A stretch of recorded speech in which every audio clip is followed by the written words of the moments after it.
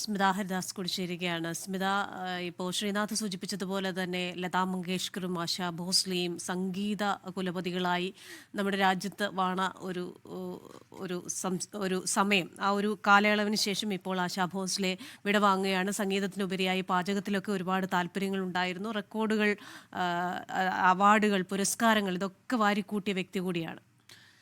ക്രിസ്റ്റിന, 8 പതിറ്റാണ്ട്, ഒന്നും രണ്ടുമല്ല, 8 പതിറ്റാണ്ട് സംഗീത രംഗത്ത് സജീവ സാന്നിധ്യമായിരുന്ന ഒരാളാണ് വിടവാങ്ങിയിട്ടുള്ളത്. 3 വയസ്സു മുതൽ സംഗീതം അഭ്യസിക്കാൻ തുടങ്ങിയതാണ്.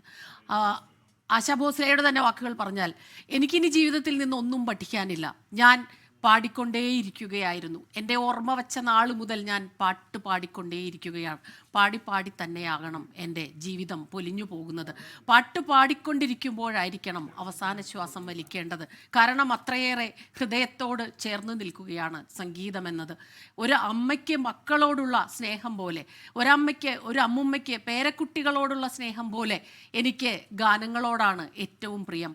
അവർ നന്നായിരിക്കണമെന്നല്ലേ അമ്മയോ അമ്മുമ്മയോ ഒക്കെ ആഗ്രഹിക്കുക. അതുപോലെയാണ് എനിക്ക് പാട്ടുകൾ. അപ്പോൾ ആ പാട്ടിൻ്റെ രംഗത്ത്, സംഗീത രംഗത്ത് പാട്ട് പാടിക്കൊണ്ടിരിക്കുമ്പോൾ എനിക്ക് അവസാന ശ്വാസം വലിക്കണം എന്ന് പറഞ്ഞ അതുല്യ പ്രതിഭയാണ് നമുക്കിപ്പോൾ നഷ്ടമായിരിക്കുന്നത്. പക്ഷേ ഒരു കാര്യം ഓർക്കണം, എത്രയോ തലമുറകൾ കേട്ടുകൊണ്ടേയിരിക്കുന്ന അത്യപൂർവമായ നിത്യസുന്ദരമായ ഗാനങ്ങളാണ് നമുക്ക് വേണ്ടി കാത്തുവച്ചിട്ടുള്ളത്, നമുക്ക് വേണ്ടി തന്നിട്ടുള്ളത്. അത് ഇനിയും തലമുറകൾ പാടിക്കൊണ്ടേയിരിക്കും. ആശാ ഭോസ്ലെയുടെ ഒരു പ്രത്യേകത, ചേച്ചി ലതാ മങ്കേഷ്കറിൽ നിന്ന് വ്യത്യസ്തമായിരുന്നു ശബ്ദമെല്ലാം തന്നെ. ശബ്ദത്തിലുണ്ടാകുന്ന വൈകാരികത അത് തന്നെയാണ് സംഗീത സംവിധായകർ പ്രയോജനപ്പെടുത്തിയത് എന്ന് വേണമെങ്കിൽ പറയാം. ഏറ്റവും പ്രധാനം നമുക്ക് ഓർമ്മ വരുന്നത് ഹെലൻ്റെ പാട്ടുകളാണ്.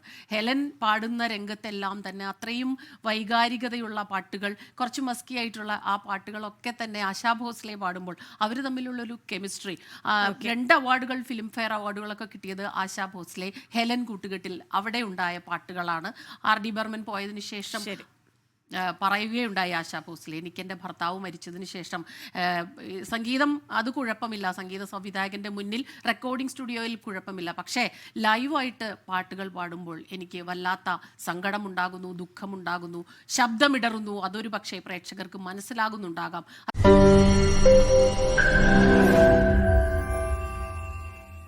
ലോകത്തെവിടെയായാലും ഏത് സമയത്തും 24 വാർത്തകളും ഓഗ്മെന്റഡ് റിയാലിറ്റി പാക്കേജുകളും എക്സ്പ്ലെയിനറുകളും വിശദമായി കാണാൻ ഞങ്ങളുടെ യൂട്യൂബ് ചാനൽ നിങ്ങൾക്ക് സബ്സ്ക്രൈബ് ചെയ്യാം.